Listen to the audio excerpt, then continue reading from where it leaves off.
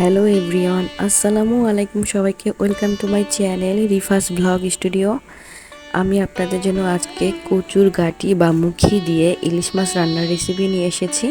তাহলে কথা না বাড়িয়ে রেসিপিটি শেয়ার করি। এখানে 3টি বড় সাইজের পেঁয়াজ কেটে তাতে 1 চামচ করে হলুদ মরিচের গুঁড়ো আর অল্প একটু লবণ দিয়ে হাত দিয়ে মেখে নিল।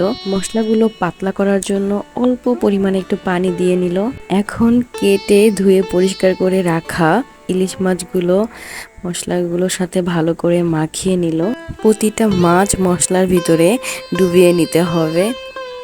এই তো হয়ে গেল মশলাগুলো মাখিয়ে নেওয়া।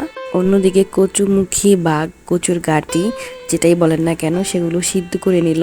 একটি প্যানে পরিমাণ মতো তেল দিয়ে এইখানে মাখিয়ে নেওয়া ইলিশ মাছগুলো দিয়ে দিল আর উপর থেকে সব মশলাগুলো দিয়ে দিল।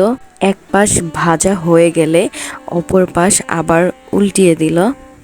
খুব আস্তে আস্তে উল্টিয়ে দিতে হবে যেন মাছগুলো ভেঙে না যায়।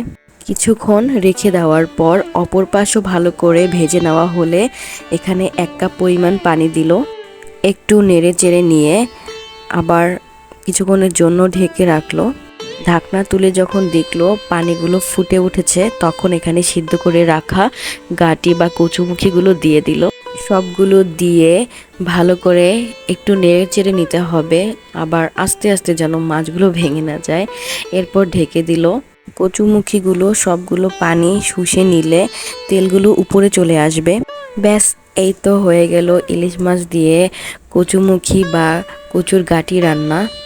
একদম ইজি একটা রেসিপি, তবে খেতে অনেক মজা। আপনারাও বাসায় ট্রাই করবেন। ধন্যবাদ সবাইকে।